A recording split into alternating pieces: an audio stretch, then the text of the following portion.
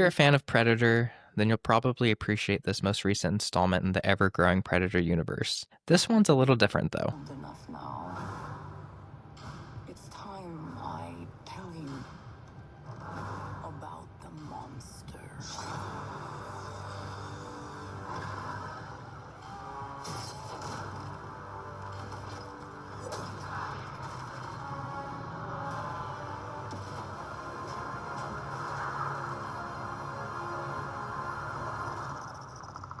We must kill it, or it will kill us all.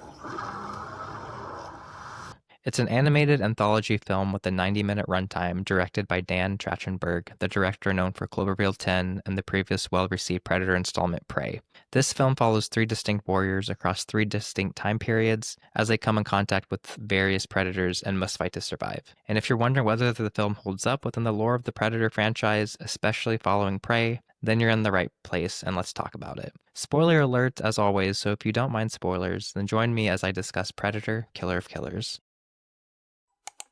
So what is the premise of the film? Well, the film adapts long-standing predator mythology and gives it a new spin. What if these creatures didn't just hunt in isolation, but were systematically collecting warriors from various points in history, specifically those who have defeated their kind? Each of these three chosen protagonists are unique, pulled from vastly different cultures and timelines, and tasked with surviving their own encounter with the predator, and eventually each other. The result is an anthology that's part action, part suspense, and definitely aiming to be a stylish sequel hopeful addition to the Predator canon. With that being said, let's talk about what Predator Killer of Killers gets right.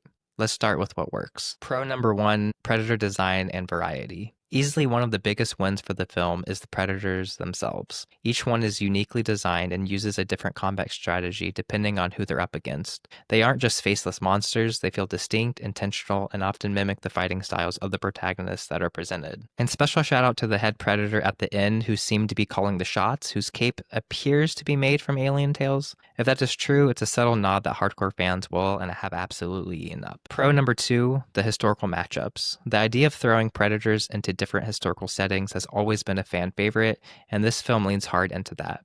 Watching the warrior from feudal Japan, the Viking shield maiden, and the Western era World War II pilot take on the Predators in their own style is pure fun, which of course leads me to the action. Pro number three, the action and gore. If you're here for carnage and action, as most fans of the Predator series are, don't worry. Each chapter is like its own little set piece loaded with intense action and animated gore. It is not for the faint of hearts, especially as the Predators themselves carry a lofty kill count throughout the various historical settings. Now let's talk about the cons, where the film stumbles. Of course, not everything in the Predator anthology film lands perfectly. While the film has bold ideas and stylish execution, there are a few misfires worth discussing. Con number one, the bullet chapter. Underwhelming and underdeveloped, let's start with the third segment titled The Bullets. Out of the three stories, this one is easily the weakest. It's centered on a male fighter pilot who quickly finds himself against an airborne predator, and this chapter feels more like a narrative bridge than a full arc. Compared to the emotional and physical depth of the previous sections of the film, namely the shield with the Vikings and the sword in feudal Japan,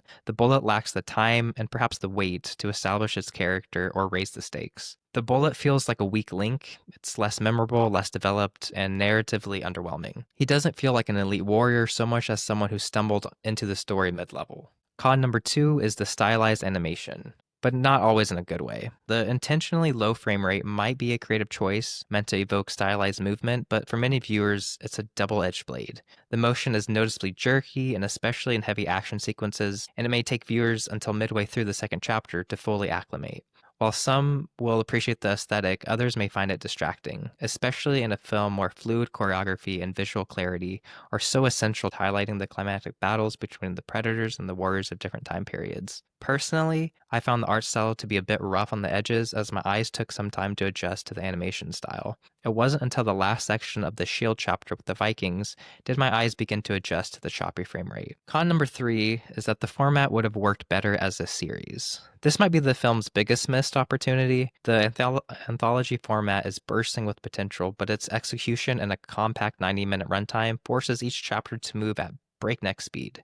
There's barely enough time to breathe, let alone develop rich backstories or emotional stakes. What we get are 2 out of 3 fascinating characters with only surface level exploration. This is a story that would have benefited immensely from being a limited series, 3 episodes, 1 per warrior, each with 30 plus minutes to fully explore their world, struggles, and strategies before converging in the finale. That way, the bullet wouldn't have felt more like filler and the ending could have had more impact. Con number 4, predictable structure kills suspense. After the Viking defeats her predator in the opening act of the film, it sets a clear pattern: 1 warrior, 1 predator, human wins. And once you recognize that formula, every encounter feels a bit, well, scripted. That predictability makes it harder to stay emotionally engaged, especially since the film wants you to believe these humans are outmatched. But when you already know the outcome, the suspense drops off fast. Con number 5, the rush ending undercuts its own weight. Despite all the setup, the ending just doesn't stick the landing. The idea of all 3 warriors frozen in time, pulled from their respective eras to fight in a final predator gauntlet among one another sounds incredible on paper, but in execution, it's fast, chaotic, and light on emotional payoff.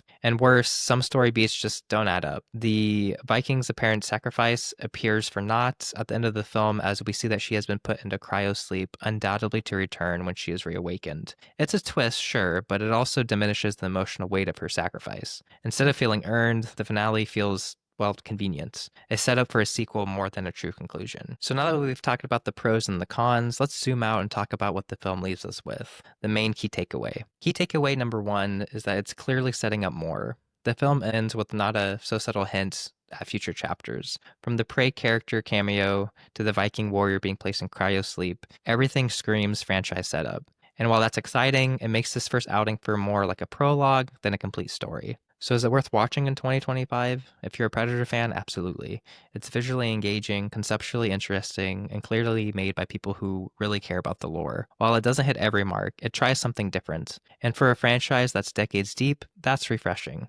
But if you're more of a casual viewer, the pacing issues, lack of deep character work, and an art style that may be hard on the eyes, it may leave you feeling like this was more style over substance. In the end, this anthology sets the stage for something bigger. Whether it's future sequels, a series adaptation, or even another Prey-style spinoff, it's clear that Predator still has new grounds to cover and new warriors to challenge. Let me know your thoughts. Did you enjoy the warriors from different time periods? Which Predator was your favorite?